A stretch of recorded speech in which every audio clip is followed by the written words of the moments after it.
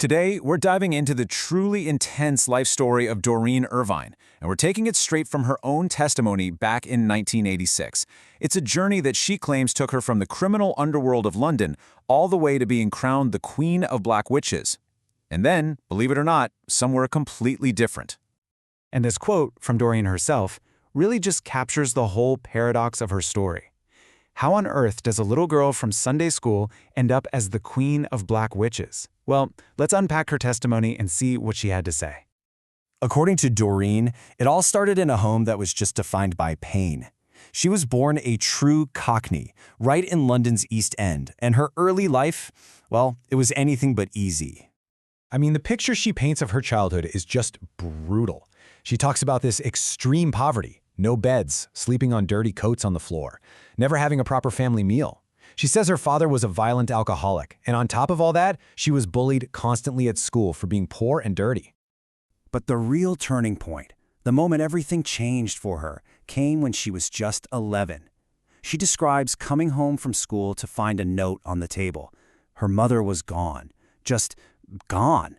And Doreen said that in that moment, this deep, powerful bitterness took root in her heart, and she decided right then and there she was going to get her own back on what she called the rotten old world. And that bitterness? Well, she claimed it was the fuel for a long and incredibly fast descent. She was looking for any way out of her life, so she ran away from home and started down a path that just got more and more dangerous. The spiral she describes happened so fast. At just 14, she ran away to London. And in her testimony, she claims that in that same year, she ended up in prostitution.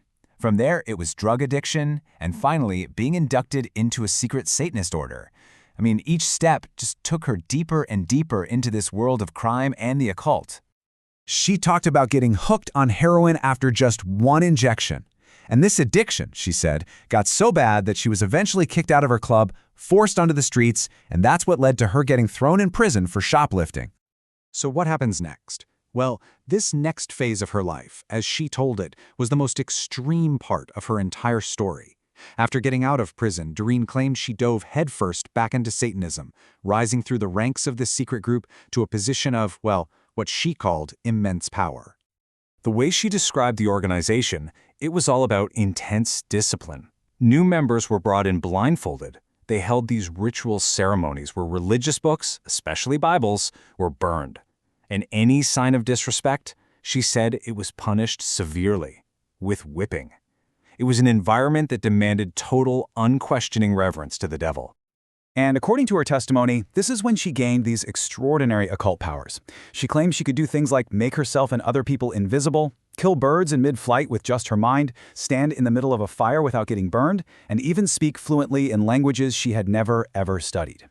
The peak of her occult career, as she tells it, was this big ceremony out on Dartmoor. The final test was for her to walk into a 12-foot bonfire, stand there in the flames completely unharmed, and then lead another witch out. After she says she did this successfully, she was crowned the Queen of Black Witches of Europe. But here's the thing. Even at this supposed peak of power, Doreen said she just felt empty and miserable. Her life was still ruled by addiction, ruled by despair, and it all led to a breaking point in the most unlikely place you could imagine. She called the Christian church her greatest enemy.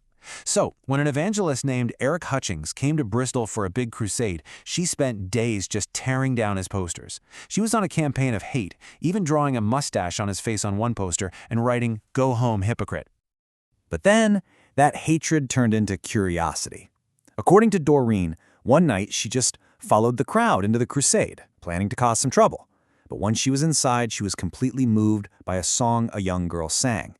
And then, when she heard the evangelist's simple message, she just felt totally lost. She describes this intense spiritual battle in her mind when people were invited to come forward, but in the end, she chose to go to the front and convert. So, she converts. But this wasn't some magic wand moment where everything was suddenly perfect. No, Doreen described what came next as a long, difficult battle for freedom from the forces that had controlled her life for so long. This final battle, as she called it, took a long time. For 7 months, that's the number she gives, a group of Baptist ministers apparently fasted and prayed to cast out the demons they believed were controlling her. It was, in her words, an intense fight for her final deliverance. After she claimed that the final demon was cast out, she recited this line from a Charles Wesley hymn, and it just perfectly sums up that profound sense of liberation and freedom she says she finally experienced. So, when you look at the whole story, the core of her testimony is this complete 180-degree transformation. She went from what she described as being ruled by Satan to being saved by Jesus, from being bound by addiction to being set free, from being filled with hate to being filled with love, and from the queen of witches to a child of God. Doreen Irvine's testimony is without a doubt one of the most extreme you'll probably ever hear. And whether you take it literally or as a metaphor, it really forces us to ask some deep questions about, well, being human. What does a story like this reveal about our desperate search for belonging, our deep desire for power, and the lengths we'll go to just to find a sense of freedom?